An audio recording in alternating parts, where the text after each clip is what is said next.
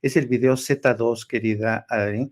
¿Cómo argumenta y cómo hace una diferenciación entre las marchas del pasado fin de semana y la que viene a continuación? Fíjense. Sólido, muy fuerte el peso frente al dólar. Bueno, nada más para... ¿A qué le tienen miedo? ¿Quién? La derecha. ¿A qué le tiene miedo? El peso se mantiene.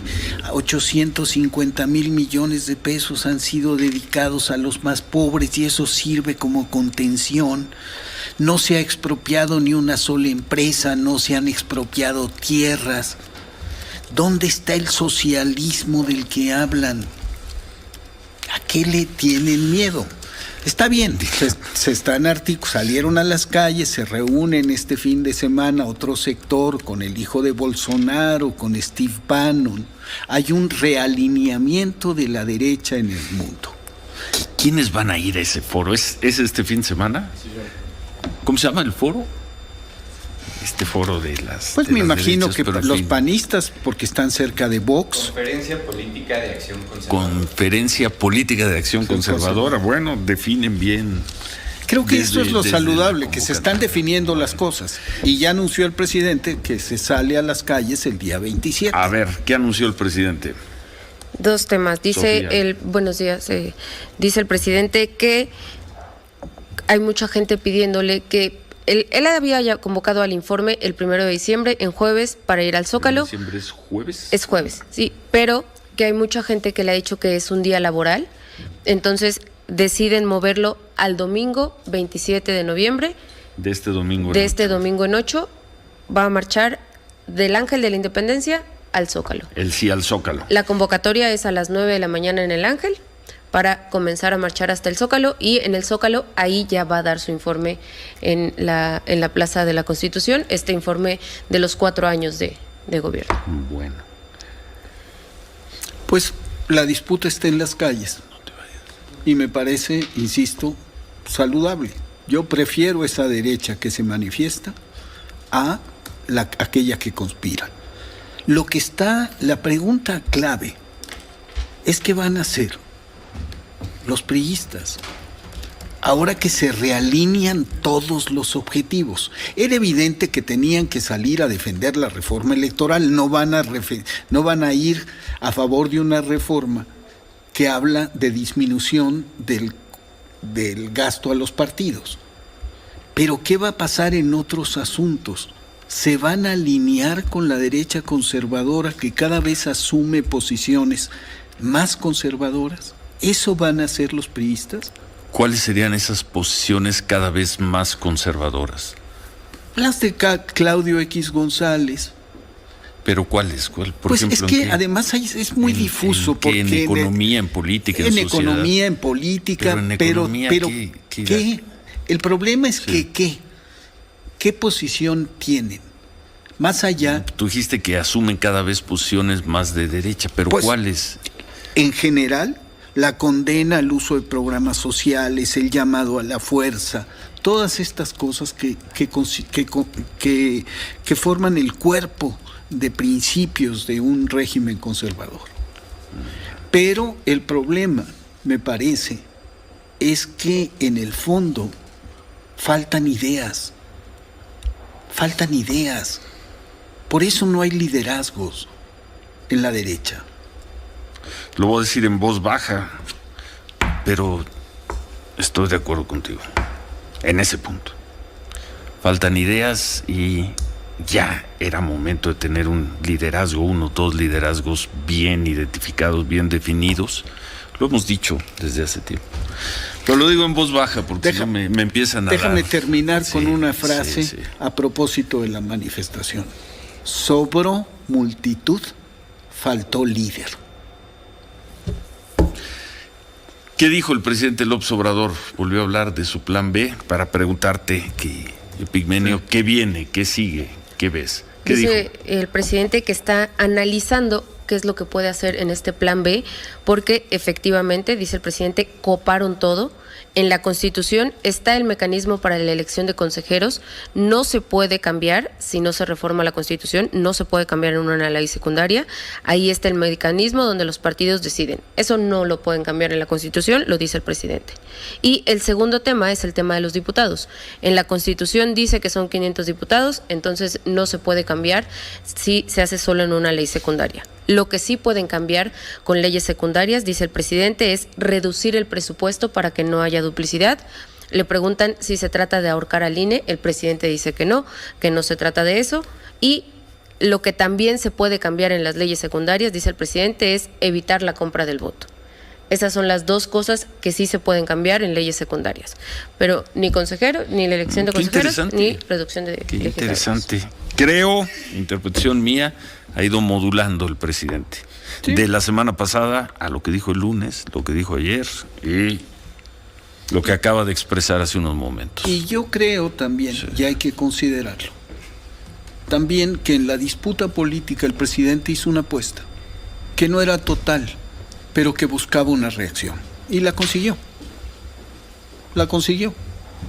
Porque hay cosas para las que alcanza y otras para las que no alcanza. Interesante. Él sabía que no alcanzaba para esto, pero tensó y provocó una reacción. Y lo que queda claro es que la derecha tiene poder de convocatoria, pero tiene pocas ideas y no tiene líderes. Como dijiste, mucha gente, pocas ideas, poco liderazgo. ¿Y qué ves? ¿Qué desenlace le ves a este capítulo? Vamos a hablar a las 9:10 con Ignacio Mier, nos va a explicar cómo vienen los tiempos, algo perfiló ayer, pero ¿qué desenlace? ¿Cómo va a aterrizar el capítulo INE, defensa del INE? Seguirá la disputa por el presupuesto para volver al INE a una entidad más austera. Esa, por lo pronto, para el próximo año ya está resuelta. Ya está resuelta, pero seguirá la disputa sobre los instrumentos de democracia participativa. Por ejemplo, toda esta gente que marchó tan enojada con López Obrador hubiera votado en la consulta de ratificación de mandato y se lo hubiera quitado de encima. Se lo hubiera quitado de encima. Si tanta fuerza tienen, hubieran salido a votar. ¿Qué hicieron? Se abstuvieron. ¿Qué hizo el INE? Trabajó en contra de la consulta. El INE da razones. Y ese tema ya lo hemos pero de dos consultas esenciales. Dicen, estamos en contra de la venganza política de López Obrador. Voten porque no se enjuicia a los expresidentes. Estamos en contra de López Obrador que está destruyendo a México. Sáquenlo del poder con su voto. Tienen esa oportunidad. Está en la Constitución.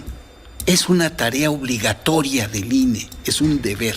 Entonces yo creo que lo que viene es una depuración de posiciones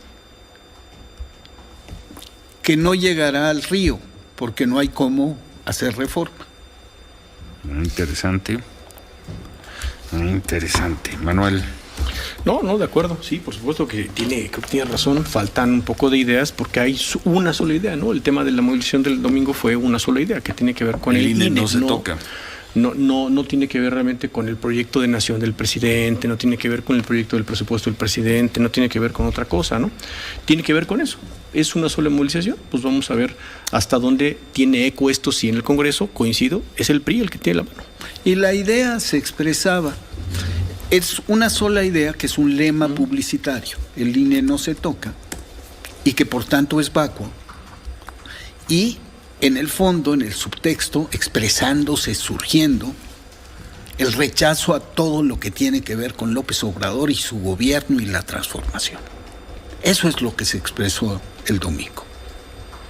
El INE se volvió accesorio porque es accesorio. No es el tema para cambiar el país y para movilizar al país. En ese sentido, López Obrador se aventó una carambola como de 4 bandas. Soltó este tema INE. Y desnudó, en cierta medida, Pues ahí tienen esta conversación entre Epigmenio. Epigmenio es muy incisivo, lanza sus dardos y como que Ciro como que lo esquiva, pero a veces lo esquiva y a veces no lo puede esquivar y le da, ¿no? Le da a Ciro. Y es una gran verdad. La izquierda en muchos sentidos, tiene más ideas, ¿no? Pues claro, a veces que sean ideas que no convencen a la mayoría, pero por lo menos hay ideas, ¿no? Y hace un relato o hace una interpretación, Epigmenio, de por dónde ha marcado el rumbo el presidente para la reforma electoral. Dijo una cosa muy interesante, dice, el INE se ha convertido en una parte accesoria. Y es cierto. Yo voy a llevar más allá este argumento de Pigmenio, de que el INE se ha convertido en un accesorio de la derecha, ¿no? Es como cuando abandonan el poder y dicen, no, yo ya me voy y me llevo mis accesorios. ¿Y qué es? No, pues me llevo mis aretes, mi colección de relojes, mi colección de zapatos, mi colección de gafas y de sombreros. Así ven al IFE, digo al INE. Esta derecha, no, el INE es mío, es mi accesorio, me sirve para maquillarme y verme más democrático o democrática. Así es esta gente que ven en el INE a una parte accesoria y es interesante cómo